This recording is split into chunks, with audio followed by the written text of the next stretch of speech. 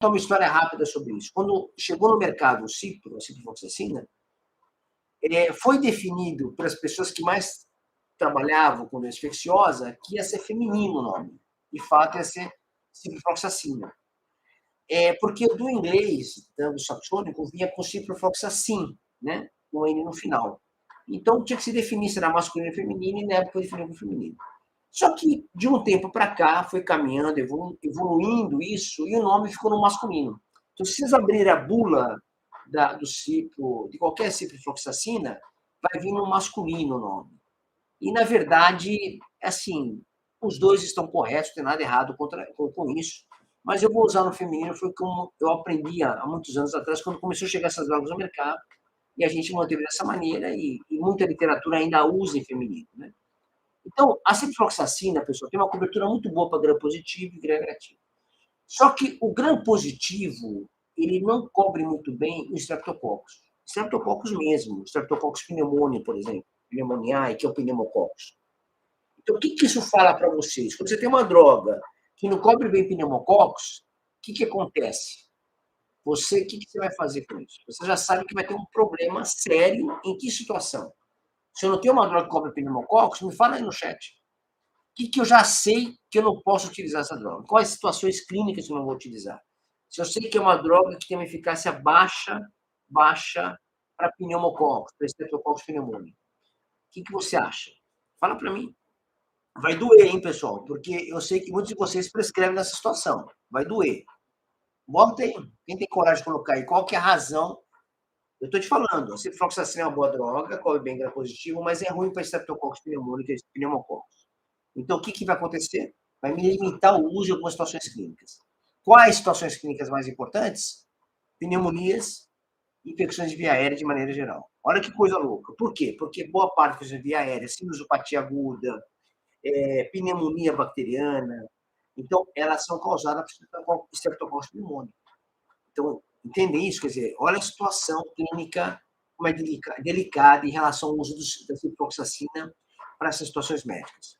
Então, de cara, a ciprofloxacina é uma droga inadequada para se usar em infecção de via respiratória.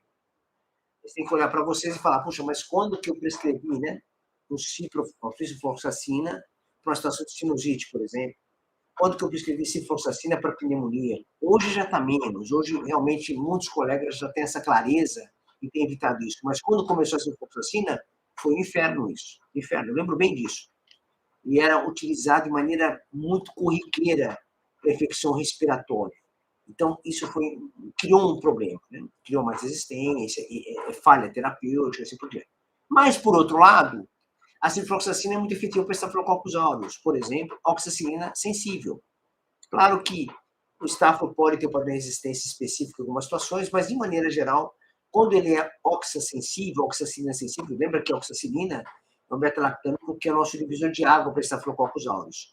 Então, a gente sabe que ele é sensível para a oxacilina, você abre uma gama de medicamentos que pode te ajudar, principalmente cefalosporina de primeira geração, cefalosporina de segunda geração, alguns macrolídeos e quinolonas. Entendeu isso? Então, ela é uma boa droga para isso. E é uma boa droga para gram-negativos, alguns com produção de beta-lactamase, para pseudomonas aeruginosa. De certa monas aeruginosa comunitária, né? Vou falar comunitária porque dentro do hospital é outro cenário, elas podem ser sensíveis à ciprofloxacina. E realmente é verdadeiro isso.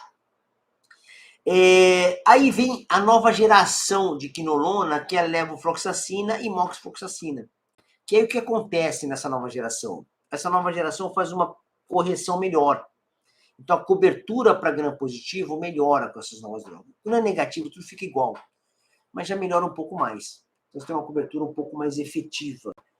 Mas, de maneira geral, assim, a levofloxacina, então a cobertura que era falha da ciprofloxacina para pneumococcus já é corrigida com a levofloxacina e com a moxifloxacina.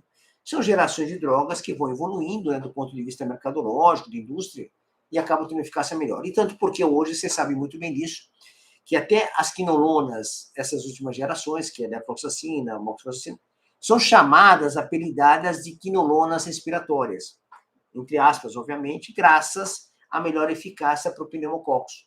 Então, você começa a poder utilizar essas quinolonas, a fluoroquinolonas, em infecções de via aéreas.